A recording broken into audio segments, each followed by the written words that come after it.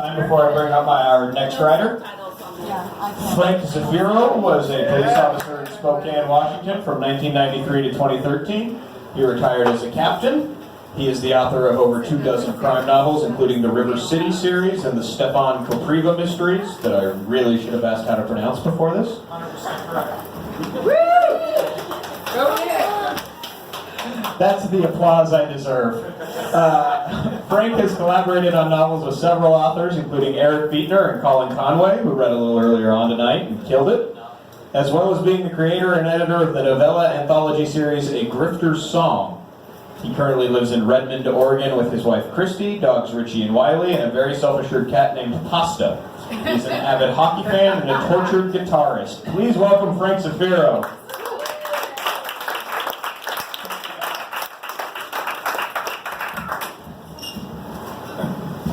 Story of my life. All right, how am I coming through there? A little louder, a little quieter? All right. All right, well, as Nick mentioned, I am the creator and editor of a series called A GRIFTER'S SONG. This is actually a paperback of the first three.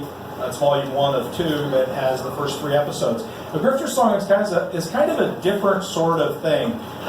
It's the story of a man and woman, Sam and Rachel, who are grifters, and it's pretty much them against the world. Everybody else can kind of go to hell. Maybe a couple of accomplices, not, but everybody else pretty much. They're always doing a con, and so every story is a complete story about the con that they're working.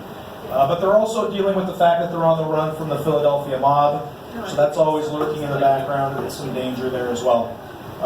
It is published by Down Out Books, and it is 6 episodes for season 1, and season 2 will have 6 episodes as well. The thing that's kind of different about it is that each episode is written by a different author. I served as the editor, kind of make sure continuity existed between the different episodes, but I had myself, we had J.D. Rhodes, Lawrence Kelter, Colin Conway had an episode, as well as Gary Phillips and Jim Wilski. Next season we'll have Eric Beetner. Most people here probably know Eric, right? He'll be in it. A newcomer named Scott Eubanks, a good friend of mine, Asa Maria Bradley, who writes paranormal Viking romance, which is pretty good at shit. Holly West, who is funnier than hell, and Eric Pruitt, who I don't even need to say anything else about. So season 2 is going to be awesome. This is from season 1, and I kicked off the series with a story called The Concrete Smile. And I'm going to start from the beginning of that and just read the first scene in a tiny bit. If I can find it. All right, here we go. The Concrete Smile. Jackarino! Sam hated that. Even if Jack had been his real name, he would have hated it. And if he actually somehow liked it, he'd still hate it coming from Jacobson. Sam smiled hugely. Barry be good. How's it going? They were at the Stone Pilgrim, a tasteful business bar on the fringe of downtown St. Louis. Sometimes Sam made it a point to arrive after Jacobson, but today he was already there, nursing a beer, when Jacobson burst in.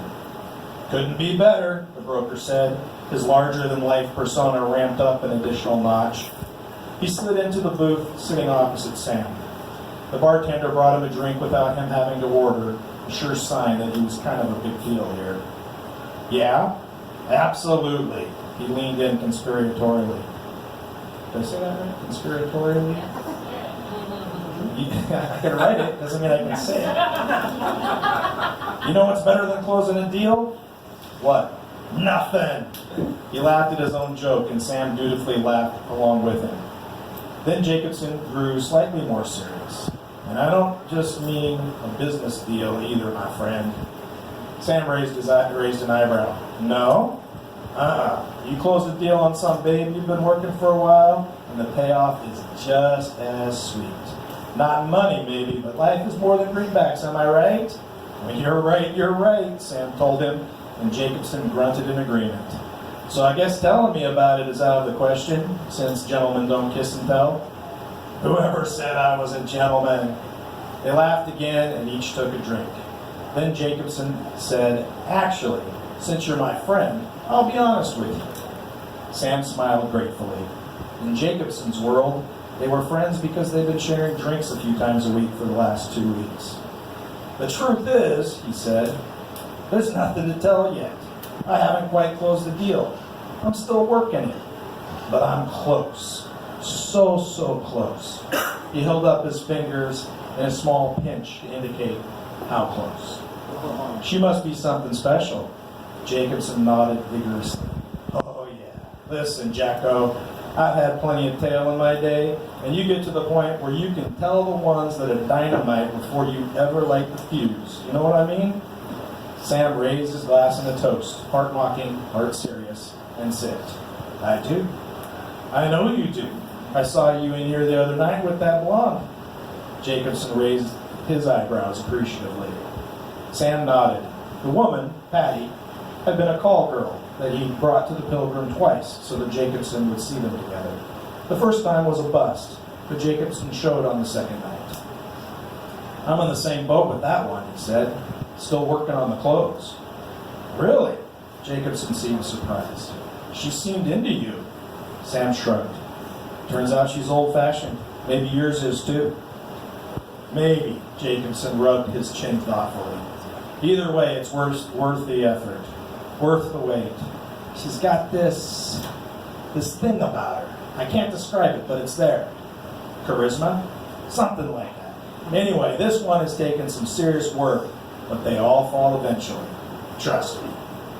Sam raised his glass a second time because this was something Jacobson did a lot, and he was nothing if not a willing mirror. Happy hunting, my friend. Jacobson laughed loudly and raised his own drink high. To landing the big one! Oh, yes, I will drink to that. They drank until near closing. Jacobson's boasting increased with each glass. Sam nursed his drinks, skipping the occasional round when he thought Jacobson wouldn't notice. He noticed that the man's words didn't slur, and when he left the table to use the restroom, his gait was steady. Jacobson could clearly hold his liquor. Sam took advantage of those bathroom trips to refresh their rounds, even though his own glass was usually still half full. The thing is, Jacobson told him, waving his hand demonstratively, business is all about knowing when to be aggressive. You know when to be aggressive, Jacko? Sam shook his head. I suppose it depends. No, Jacobson roared. It doesn't. The answer is always, always, always, always be aggressive. Sam considered. Don't you end up with some bad deals if you do that? Hell no! He paused. Well, maybe sometimes. But you're missing the point. You gotta be aggressive to take advantage of those golden opportunities when they come along. Everyone knows that. But being aggressive helps you ferret out the lousy deals too. Let me tell you something, my friend. Walking away from a deal, especially when you put some money into it, is still an aggressive move. I hadn't thought of it that way before. No one does. That's because some people let fear drive their decisions. Fear doesn't allow you to be bold. And being bold is how you make money, not cautious. Jacobson waved the question away. Caution is death. Lawyers love caution, and I hate lawyers. Believe me, Sam pretended to think about the concept for a few moments. Then he offered, sounds a bit dangerous for most people. It is. That's what I've been telling you.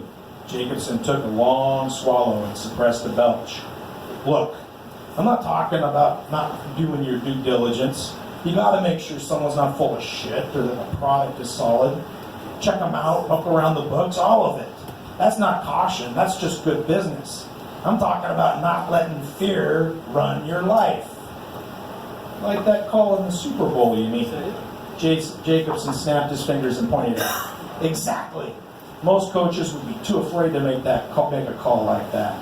But that coach was bold, and he went for it. And what did it get him? A championship, Sam admitted. That's what I'm saying. Jacobson took another drink, this one more measured. It works that way in the business world, too. I'm just not seeing it. How exactly? How can you not? You're in business, Jack. I'm an independent contractor. I look over contracts, give my clients advice on the terms, possible counteroffers, that sort of thing. I don't buy things, and I don't sell them, so I guess I just don't. Sam shrugged. I'll give you an example, Jacobson said. Oh, please do. Sam leaned forward attentively. I've got this concrete business, Jacobson began, and Sam listened. So, scene break in a short little bit here. Much later, when the night had faded and morning was drifting away, he lay in the motel bed on the outskirts of the city. She lay next to him, her head on his chest. Her hair fell across his shoulders and neck. He enjoyed the clean smell of it. I'm glad you called, she said. So am I. They were quiet for a while. He let his mind walk through his night's work, and he wondered how much Jacobson would remember today. That was the danger of the bar approach. Booze tended to grease the rails, but the fog it created sometimes ground things to a halt when everyone was sober again. But if the man is a drinker, he's a drinker. You play the cards you don't. You've been quiet, she said, just thinking about all the things that could go wrong, how to make them fall right, trying to stay inside Jacobson's head, anticipate his thoughts, his doubts, his greed. Angling the mark was a constant Sam never stopped doing, even if he sometimes wanted to. He reached out and briefly touched the Zippo lighter on the nightstand, its cool silver reminding him of who he was. She stroked his other arm. Too much thinking is dangerous. So is not enough. She didn't reply, and they lay there until deep into the day. Woo!